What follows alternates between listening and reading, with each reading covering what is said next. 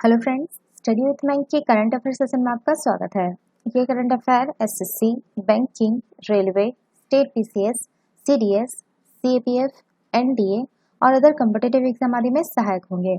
आज की डेट है 16 अप्रैल 2022। तो चलिए आज का करंट अफेयर शुरू करते हैं। आज का पहला प्रश्न है, हाल ही में कौन से देश ने एक नई लेजर मिसाइल रक्षा प्रणाली का सफलतापूर्वक परीक्षण किया है, जिसने मोर्टार, रॉकेट और टैंक रोधी मिसाइलों को इंटरसेप्ट किया है? Option A Israel, option B Bharat, option C America, option D चीन। देखिए, हाल ही में इजराइल ने एक नई लेजर मिसाइल रक्षा प्रणाली का सफलतापूर्वक परीक्षण किया है, जिसने मोर्टार, रॉकेट और टैंक रोधी मिसाइलों को इंटरसेप्ट किया है। अगली पीढ़ी के रॉकेट अग्नि के विरुद्ध 90% तक अवरोधक है। यह इजराइल की आयरन डोम रक्षा प्रणाली की एक बड़ी सफलता रही है। इजराइल निर्मित लेजर प्रणाली, जिसे आयरन बीम के रूप में जाना जाता है, इसे अधिक महंगे रॉकेट अवरोधन सहित हवाई रक्षा प्रणालियों की एक श्रृंखला के पूरक के रूप में डिजाइन किया गया है। यह निर्देशित ऊर्जा हथियार प्रणाली का उपयोग करता है और हवाई रक्षा प्रदान करने में महत्वपूर्ण हो सकता है। यह एक प्रभावी, सटीक, आसानी से संचालित होने वाला उपकरण है, जो सुरक्षा के किसी भी अन्य मौजूदा साधन की तुलना में काफी सस्ता है। तो इसका जो सही आंसर होगा वो होगा आपका ऑप्शन ए इजराइल। चलिए नेक्स्ट क्वेश्चन पे चलते हैं। क्वेश्चन नंबर सेकंड है, हाल ही में कौन से राज्य में पहली बार दुर्लभ तितली पाम्पकिन देखी गई है? ऑप्शन ए होगा आपका Kerala, option B Tamil Nadu Andhra Pradesh, option C Tamil Nadu, option D Karnataka. देखिए, हाल ही में तमिलनाडु में पहली बार दुर्लभ तितली पाम्पकिन देखी गई है। यह भारत में 1500 तितलियों में से तमिलनाडु में पाई जाने वाली तितली की 321वीं प्रजाति है। पाम्पकिन की उपस्थिति को पहली बार दक्षिण भारत में वर्ष 1891 में ब्रिटिश वैज्ञानिक एच.एस. फर्ग्यूसन द्वारा दर्ज किया गया था। एक सदी से भी अधिक समय बाद इसे वर्ष 2007 में फिर से देखा गया था। यह तितली व्यापक रूप से भारत, म्यांमार, चीन, प्रायद्वीपीय मलेशिया और थाईलैंड के कुछ हिस्सों में पाई जाती है। यह इंडोनेशियाई द्वीप समूह और फिलीपींस में भी पाई जाती है। भारत में पश्चिमी घाट के दक्षिण में अरिप्पा, सेरदुनी, पेरियार टाइगर रिजर्व के जंगलों में पाम्पकिन की मौजूदगी दर्ज की गई है। तो इसका जो सही आंसर होगा वो होगा आपका ऑप्शन सी तमिलनाडु। चलिए नेक्स्ट क्वेश्चन पे चलते हैं। क्वेश्चन नंबर थर्ड है, हाल ही में कौन से देश ने दावा किया है कि उसने नेपच्यून एंटी सीप क्रूज मिसाइलों से हमला कर काला सागर में तैनात रूसी बेड़े के प्रमुख पोत मोस्कोवा को क्षतिग्रस्त कर दिया है? Option A America, option B Ukraine, option C Britain, option D Australia. देखिए, हाल ही में यूक्रेन ने दावा किया है कि उसने नेपच्यून एंटी शिप क्रूज मिसाइलों से हमला कर काला सागर में तैनात रूसी बेड़े के प्रमुख पोत मोस्कोवा को क्षतिग्रस्त कर दिया है। नेपच्यून एक तटीय जहाज रोधी क्रूज मिसाइल है, जो 300 किलोमीटर की सीमा में नौसैनिक जहाजों को नष्ट करने में सक्षम है। सेना द्वारा इस क्रूज मिसाइल को जल्दबाजी में विकसित किया गया था, क्योंकि वर्ष 2014 में क्रीमिया पर कब्जे के बाद से यूक्रेन के तटीय क्षेत्रों के लिए रूसी खतरा तेजी से बढ़ रहा था। इस मिसाइल का डिजाइन एक रूसी KH-35 क्रूज मिसाइल पर आधारित है, जिसे नाटो के AS-20 कयाक के नाम से जाना जाता है। अन्य उपायों के साथ क्रूजर एयर डिफेंस सिस्टम द्वारा TV-2 ड्रोन का उपयोग कर क्रूज मिसाइल द्वारा इस हमले को अंजाम दिया गया था। तो इसका जो सही आंसर होगा वो होगा आपका ऑप्शन बी यूक्रेन। चलिए नेक्स्ट क्वेश्चन पे चलते हैं। क्वेश्चन नंबर 4 है, विभिन्न राष्ट्रों के बीच जलमार्ग क्षेत्र में सहयोग की नई संभावनाओं पर विचार विमर्श करने के उद्देश्य से कौन से मंत्रालय द्वारा भारतीय अंतर्देशीय जलमार्ग प्राधिकरण के साथ संयुक्त तौर पर असम के डिब्रूगढ़ में वाटर कॉन्क्लेव 2022 का आयोजन किया जा रहा है? ऑप्शन ए प्रधानमंत्री, ऑप्शन बी गृह मंत्री, ऑप्शन सी रक्षा मंत्री, ऑप्शन डी बंदरगाह नौवहन और जलमार्ग मंत्रालय। देखिए, विभिन्न राष्ट्रों के बीच जलमार्ग क्षेत्र में सहयोग की नई संभावनाओं पर विचार विमर्श करने के उद्देश्य से केंद्रीय बंदरगाह नौवहन और जलमार्ग मंत्रालय द्वारा भारतीय अंतर्देशीय जलमार्ग प्राधिकरण के साथ संयुक्त तौर पर असम के डिब्रूगढ़ में वाटर कॉन्क्लेव 2022 का आयोजन किया जा रहा है। पीएम गति शक्ति राष्ट्रीय मास्टर प्लान की आकांक्षाओं के अनुरूप वाटर कॉन्क्लेव का लक्ष्य आर्थिक गतिविधियों को सक्रिय करने और रोजगार सृजन को बढ़ावा हेतु उत्तर पूर्वी क्षेत्र में मल्टी मॉडल परियोजनाओं का तीव्रता से विकास करना है। जलमार्ग क्षेत्र में सहयोग के माध्यम से भारत में द्विपक्षीय व्यापार एवं निवेश में वृद्धि की जा सकती है। फिक्की और अंतर्राष्ट्रीय वाणिज्य चैम्बर इस 2 दिवसीय कॉन्क्लेव के लिए उद्योग भागीदार है। तो इसका जो सही आंसर होगा वो होगा आपका ऑप्शन डी, बंदरगाह, नौवहन और जलमार्ग मंत्रालय। इसमें मैंने मंत्रालय ही लिख दिया है, इसमें मंत्रालय लिखा है, बाकी सब मंत्री करते हैं, ठीक है, तो आप इसको इग्नोर करिए।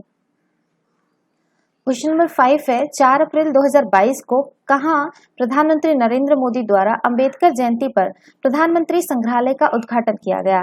Option A Kolkata, option B New Delhi, option C Mumbai, option D Chennai. देखिए 4 अप्रैल 2022 को नई दिल्ली में प्रधानमंत्री नरेंद्र मोदी द्वारा अंबेडकर जयंती पर प्रधानमंत्री संग्रहालय का उद्घाटन किया गया। यह संग्रहालय सिर्फ प्रधानमंत्रियों की उपलब्धियों और उनके योगदान तक ही सीमित नहीं है। यह हर विषम परिस्थिति के बावजूद मजबूत होते देश के लोकतंत्र, हमारी संस्कृति में हजारों साल से फल फूल रहे लोकतांत्रिक संस्कारों की मजबूती तथा संविधान के प्रति सशक्त होती आस्था का भी प्रतीक है। संग्रहालय के लिए सभी जानकारी दूरदर्शन, प्रसार भारती, संसद टीवी, फिल्म प्रभाव, मीडिया हाउस जो कि आपका भारतीय और विदेशी में है, तथा रक्षा मंत्रालय, विदेशी समाचार एजेंसियों आदि जैसे संस्थानों की मदद से एकत्र की गई है। इस संग्रहालय की सामग्री को virtual reality, hologram, augmented reality, interactive kiosk, multimedia, smartphone application, कंप्यूटरीकृत काइनेटिक मूर्तियां, इंटरैक्टिव स्क्रीन आदि का उपयोग करके प्रदर्शित किया जा रहा है। तो इसका जो सही आंसर होगा वो होगा आपका ऑप्शन बी, नई दिल्ली। चलिए नेक्स्ट क्वेश्चन पे चलते हैं। क्वेश्चन नंबर 6 है, प्रत्येक वर्ष हिमाचल दिवस का आयोजन कब किया जाता है? ऑप्शन ए 9 अप्रैल, ऑप्शन बी 10 अप्रैल, ऑप्शन सी 15 अप्रैल, ऑप्शन डी 16 अप्रैल। देखिए प्रत्येक वर्ष जो है आपका 15 अप्रैल को हिमाचल दिवस का आयोजन किया जाता है। ध्यातव्य है कि 15 अप्रैल 1948 को हिमाचल प्रदेश मुख्य आयुक्त के प्रांत के रूप में अस्तित्व में आया था।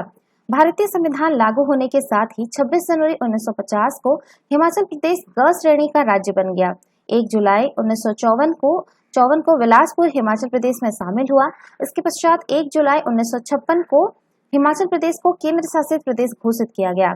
वर्ष 1966 में कांगड़ा और पंजाब के अन्य पहाड़ी इलाकों को हिमाचल प्रदेश में मिला दिया गया, किंतु इसका स्वरूप केंद्र शासित प्रदेश का ही रहा।